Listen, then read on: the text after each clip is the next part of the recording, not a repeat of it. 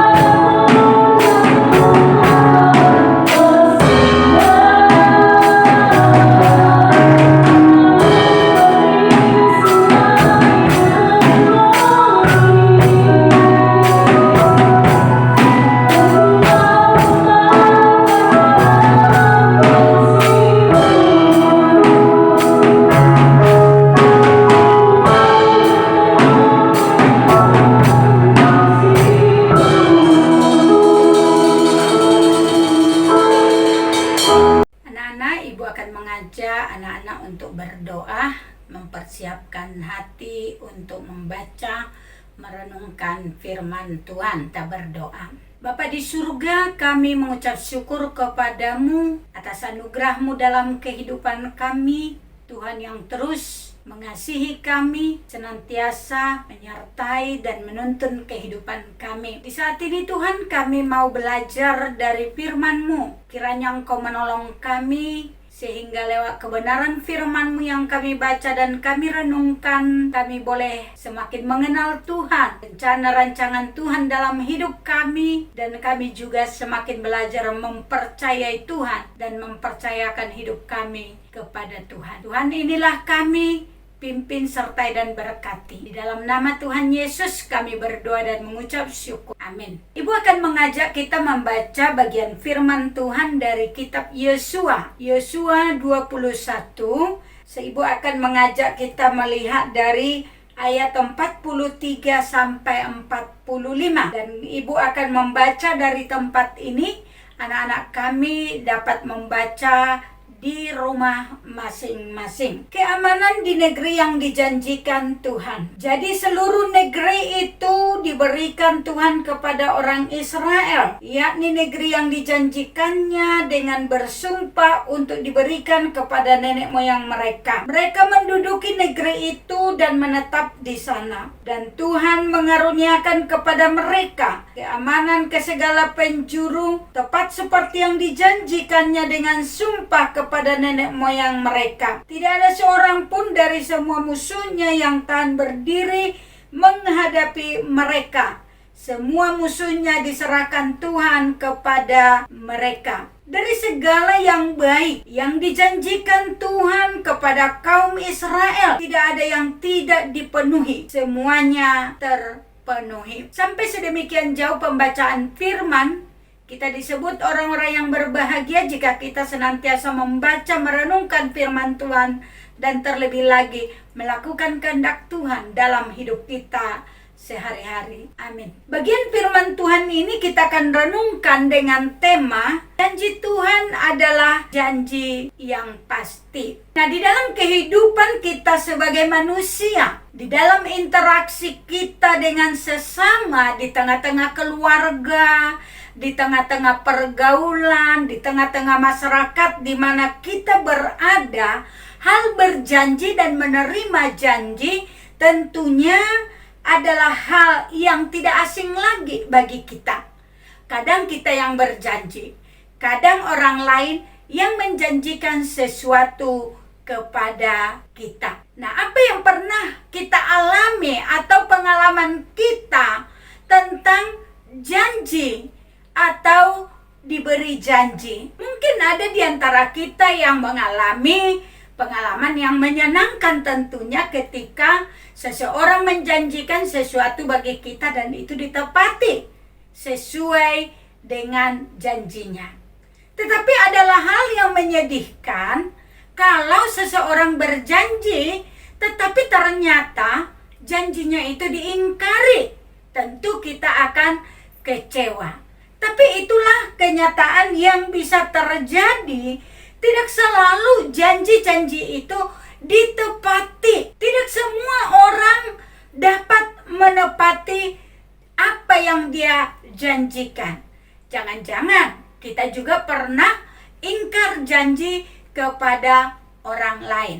Ada beberapa faktor kenapa seseorang atau kenapa janji itu tidak ditepati. Yang pertama, mungkin memang sifat pribadi dari orang yang berjanji, cepat buat janji tetapi dia juga selalu ingkar janji.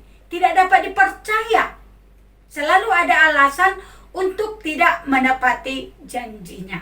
Ataupun mungkin yang kedua, ada orang tidak menepati janji oleh karena dia berubah pikiran. Tadinya dia senang sehingga dia memberikan janji, tetapi kemudian dia berubah, dia tidak suka atau dia membenci orang yang kepadanya dia pernah berjanji, akhirnya dia tidak menepati janjinya. Atau mungkin ada sesuatu yang mendorong di hatinya. Misalkan seorang anak yang sudah janji ingin mematuhi atau belajar sungguh-sungguh sebagaimana orang tuanya inginkan.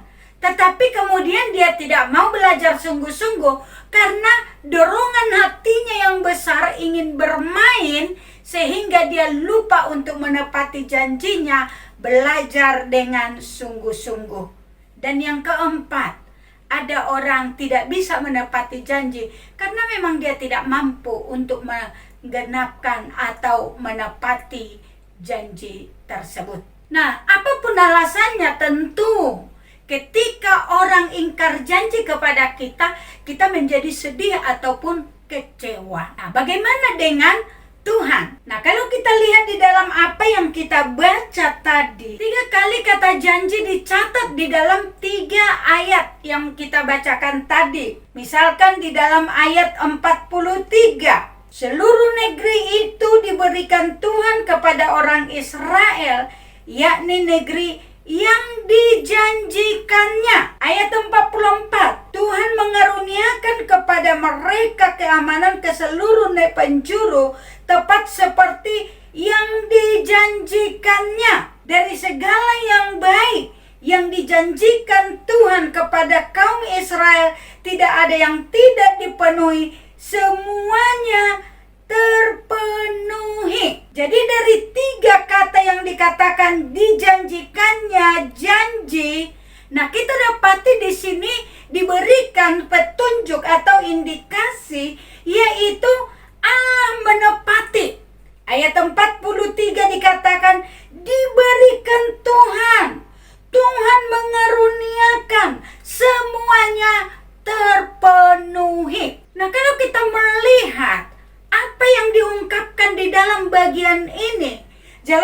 dikatakan bahwa Tuhan memberikan negeri itu seperti yang telah dijanjikannya kepada nenek moyangnya.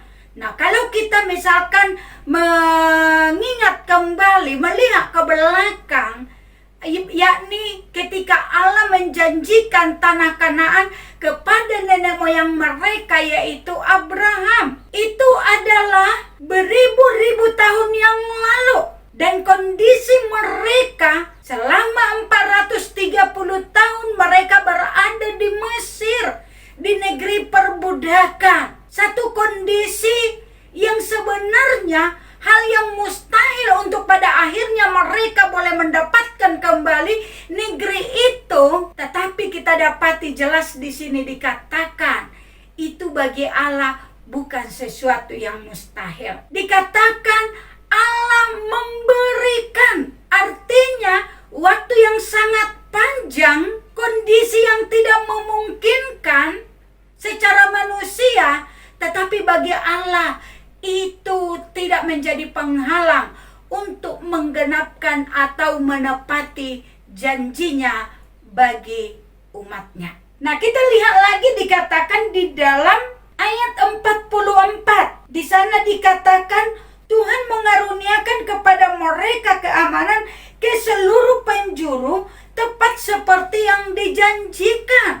Jadi bukan dalam hal kepemilikan tanah, tetapi kesejahteraan, keamanan bagi mereka pun sebagaimana Allah telah janjikan, itu pun diberikan oleh Allah atau digenapkan oleh Allah.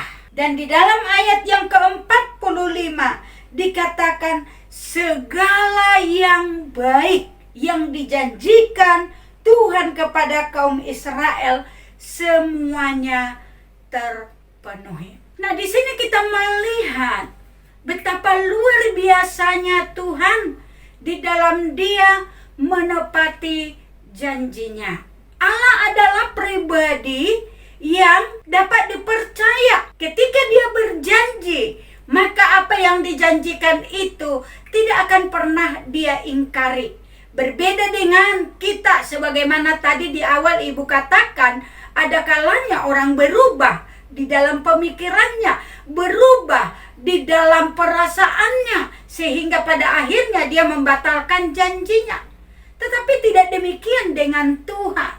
Dia adalah pribadi yang dapat dipercaya, yang melakukan apa yang sesuai dengan apa yang sudah Dia janjikan. Nah, yang kedua kita dapati selain Allah adalah pribadi yang dapat dipercaya, yang akan menggenapkan apa yang Dia sudah janjikan. Dia adalah Allah yang sanggup untuk menggenapkan apa yang Dia sudah janjikan. Kadang-kadang ada orang, ia bukan tidak mau menepati apa yang Dia sudah janjikan, tetapi terkadang keterbatasannya akan membuat dia tidak bisa memenuhi janjinya. Contoh, mungkin seorang ayah pernah berjanji kepada anaknya akan membawa keluarganya untuk pergi berlibur ke satu tempat yang mereka sudah sangat rindukan. Tetapi apa daya, tak kala waktunya sudah tiba, ternyata mungkin si ayah sakit, atau mungkin juga kondisi keuangannya tidak memungkinkan, maka dia tidak bisa menepati janjinya. Nah, seperti ibu pernah juga mengalami bahwa papa ibu tidak menepati janjinya. Waktu ibu masih sekolah di PGAK, itu setara dengan SMA, papa ibu pernah berjanji akan menyekolahkan ibu sampai ke perguruan tinggi. Papa bilang, papa janji akan menyekolahkan kamu sesuai dengan cita-cita kamu untuk menjadi seorang pendeta. Nah, tapi apa daya? Waktu itu ibu baru kelas 3 PGA, pendidikan guru agama. Papa ibu sakit. Di bulan Januari, 5 bulan sebelum ibu ujian akhir, ternyata papa ibu meninggal. Dan papa ibu tidak dapat lagi menepati janjinya, karena dia tidak berdaya, karena dia pun sudah tidak ada lagi. Nah, Tuhan kita bukan Tuhan yang seperti itu. Selain Dia adalah Tuhan yang dapat dipercaya, Dia adalah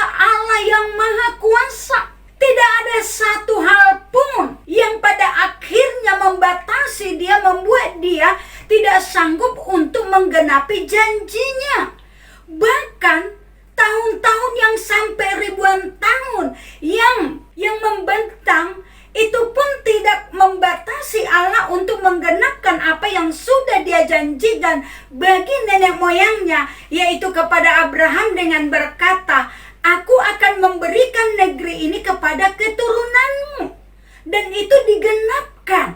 Tak kala kemudian bangsa Israel keluar dari Mesir, melewati padang gurun 40 tahun dan masuk di bawah pimpinan Yosua. Bahkan orang-orang yang ada di negeri itu yang dikatakan oleh para pengintai yang perawakannya seperti raksasa besarnya, tembok-tembok kotanya yang berkubu, itu pun tidak membatasi Allah untuk menggenapkan karena Dia sanggup untuk mengusir musuh-musuh itu. Dan pada akhirnya dikatakan segala yang baik yang pernah Allah janjikan semuanya dipenuhi.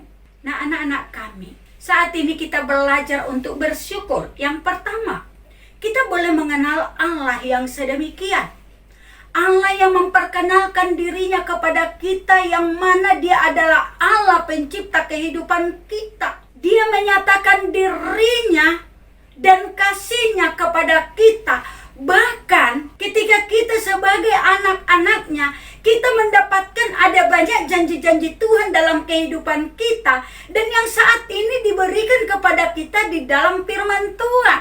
Memang janji tentang kepemilikan tanah Kanaan itu Allah berikan kepada umat Israel. Tetapi bagi kita umat Tuhan pada zaman sekarang ini, ada banyak janji-janji Tuhan yang Tuhan berikan kepada kita. Paling tidak kita melihat atau kita memfokuskan kepada dua hal yang Allah janjikan dalam kehidupan kita. Yang pertama, bagi setiap kita yang sudah percaya kepadanya, dikatakan diberi hidup yang kekal. Itu sesuatu yang pasti yang Allah anugerahkan bagi kita saat kita percaya kepadanya. Jaminan itu telah diberikan kepada kita dan menjadi milik kita. Dan itu akan disempurnakan, kita alami, kita nikmati nanti tak kala kita kembali kepada Dia di dalam kerajaan surga. Tak kala kita tinggalkan dunia ini. Dan itu sudah sesuatu yang pasti yang Tuhan katakan diberikan kepada kita. Itu harus kita percayai. Yang kedua adalah janji penyertaannya bagi kehidupan kita. Dia akan menyertai umatnya apapun kondisi kehidupan kita. Jangan pernah kita ragukan akan janji penyertaan Tuhan dalam kehidupan kita. Memang di dalam janji penyertaan Tuhan yang menyertai kita pengikutnya, itu tidak serta-merta ada satu jaminan bahwa kita tidak akan mengalami kesulitan, kesusahan, pergumulan di tengah-tengah kehidupan kita, di tengah-tengah dunia yang tidak ideal ini. Dunia yang berdosa ini memang akan membuat kita menghadapi tantangan, menghadapi kesulitan, bahkan mungkin pergumulan, bahkan aniaya. Tetapi janji Tuhan yang menyertai umatnya, seharusnya itulah yang akan menguatkan kita untuk terus melangkah menjalani kehidupan dan terus mengandalkan Tuhan dalam menjalani kehidupan kita ini. Dan Dia tidak akan pernah meninggalkan kita. Nah, kalau kita melihat di dalam perjalanan hidup,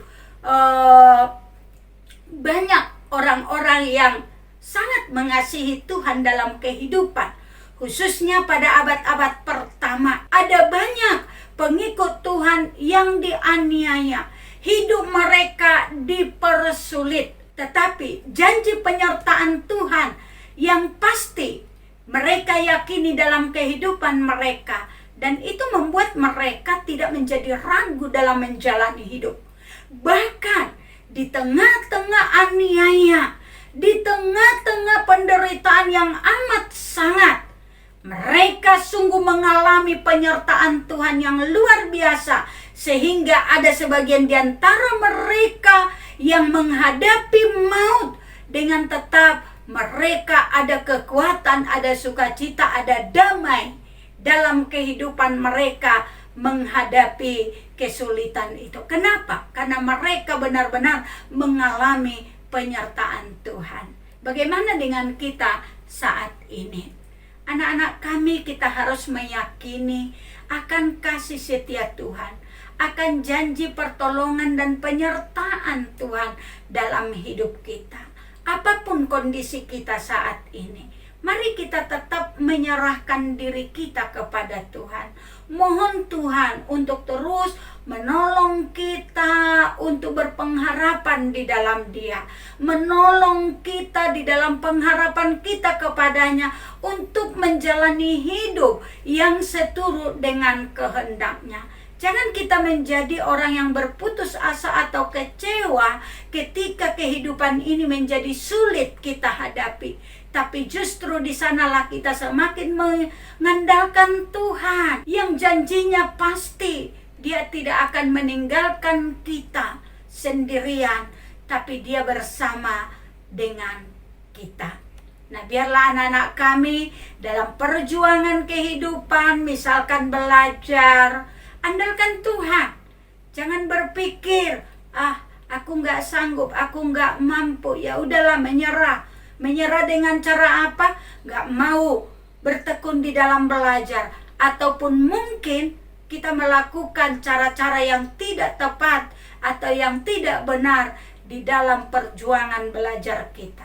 Seharusnya janji penyertaan Tuhan akan membuat kita bertanggung jawab di dalam menjalani kehidupan, karena kita tahu Tuhan tidak pernah meninggalkan kita. Tuhan senantiasa ada beserta kita, dan Tuhan akan memberkati usaha perjuangan yang kita lakukan dengan mengandalkan Dia. Amin. Mari kita berdoa. Tuhan Bapa di surga, saat ini kami datang kepadamu ya Tuhan, mengucap syukur oleh karena kasih-Mu dalam kehidupan kami. Kami sudah mendengarkan firman-Mu, kiranya Engkau juga menolong kami agar kami boleh percaya kepada Tuhan. Tuhan yang sudah berjanji kepada kami umat-Mu, dan janji-Mu adalah janji yang pasti bagi kami. Oleh sebab itu Tuhan, bantulah kami dalam menjalani kehidupan. Kami terus mempercayai Engkau, mengandalkan Engkau dalam menjalani hidup. Apapun tantangan kesulitan kehidupan kami tetap optimis, kami tetap percaya oleh karena Tuhan senantiasa menyertai kami. Terima kasih Tuhan, berkatilah waktu-waktu belajar kami hari ini dan pimpin kami. Kami juga berdoa menyerahkan keluarga kami, orang tua kami dengan kondisi-kondisi yang dihadapi saat ini Tuhan, yang kami tidak dapat pungkiri ada banyak kesulitan dan tantangan.